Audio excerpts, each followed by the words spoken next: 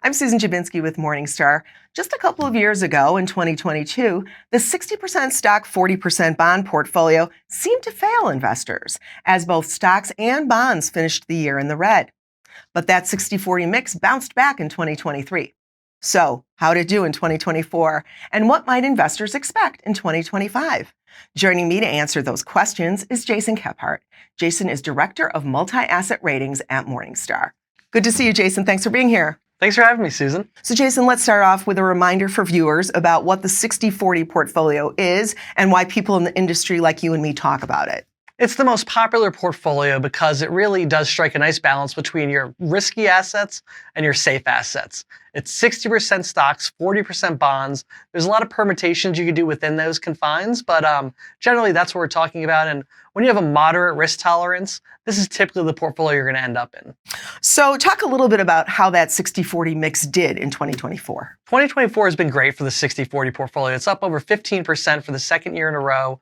Both stocks and bonds have had positive returns. And most encouragingly, earlier this year when we saw some stock market volatility, bonds acted like bonds again and provided that defense and that flight to safety that we'd like to see. So they kind of really balance each other nicely. In the previous years, like 2021 and 2022, fixed income was really challenged by rising interest rates. So it didn't really provide that defense, which is why you heard so much of the death of 60-40 kind of rhetoric out there. So break down that performance in 2024 a little bit. Equities, of course, probably really drove it more than bonds, right? Yeah, in a 60-40 portfolio, mathematically about 90% of your risk is going to come from the stock side. It's just so much more volatile than the bonds. And in 2024, yeah, stocks have been a great investment. The S&P 500 is up over 20%. It's the second year in a row to be up more than 20%. And that's the first time that's happened since the 1990s. So, people should be pretty grateful for what the performance they've seen there. Yeah.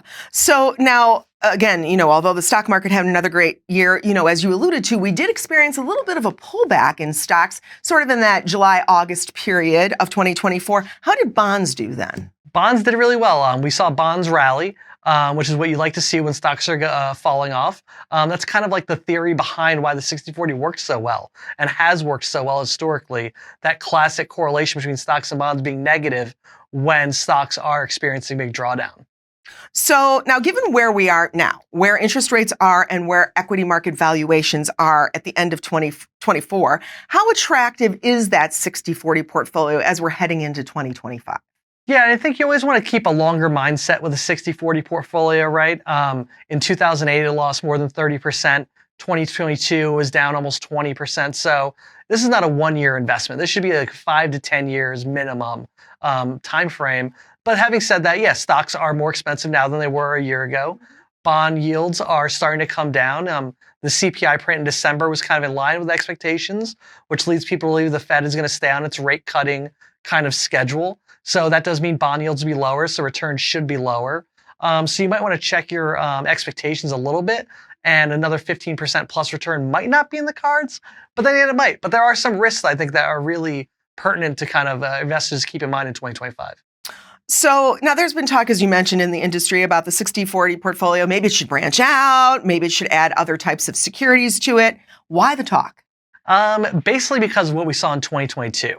That's what everyone's kind of fears materialized. And the real killer for the 60-40, which is I think people should really keep in mind in 2025, is inflation. When there's high inflation, that means rates are going to rise. That means bonds are going to lose money. And that typically is not very good for stocks, especially when valuations are high. With whatever happens with tariffs in 2025 could have a real impact on inflation. And so that's, I think, the one big risk out there that investors should be aware of. When it comes to diversifying the 60-40 beyond stocks and bonds, a lot of times people want to add like complexity, things like systematic trend following, which did work really well in 2022, but there's a lot of manager dispersion there. So picking the right manager was really hard.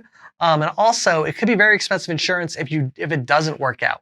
It does really well when stocks and bonds are both losing money, but that's rarely going to happen. And in the meantime, these fees are north of 1% on this. So you could be adding a lot of expensive insurance for something that you might not need.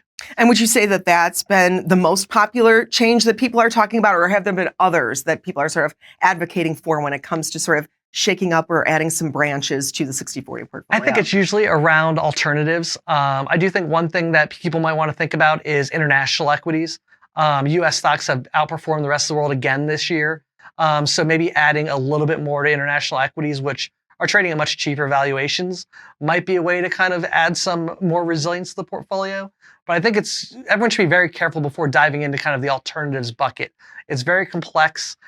People often say it might only be 10% of your portfolio, but it might be 80% of the time you spend doing research. And so that trade-off might not be worth it for a lot of people, especially if you have that 5 to 10-year time horizon that if there is some trouble in 1 year, you've got time to make it up. Yeah, you've got time to ride out the volatility. Plus, then with the alternatives, you have higher fees, as you said, right? Higher fees, potentially less liquidity, much more complexity. And the things like systematic trend or market neutral strategies, much less predictable. Okay. So then is it fair to say that you, Jason, believe that the 60-40 portfolio is not broken and that it does not need fixing? I'm a 60-40 truther, Susan. I think the 60-40 portfolio is just fine the way it is. As long as you keep the time horizon in mind and you're not using it to pay for something next year, I do think it's going to serve investors well over the long term. There may be some bumps in the road. Like I said, inflation, I think, is the real risk to care about. And in terms of maybe diversifying, commodities are something that react really well to unexpected high inflation. But I do think over the long run, it's a great portfolio. It's very resilient. We don't expect inflation to be kind of consistently high. If not, we probably got a lot of other things to worry about than our 60-40 portfolio, but knock on wood. All right. Well, Jason, thank you for your time. Happy New Year. And we'll look forward to talking with you more about 60-40 in 2025. Thanks, Susan. I'm Susan Jabinski with Morningstar. Thanks for tuning in.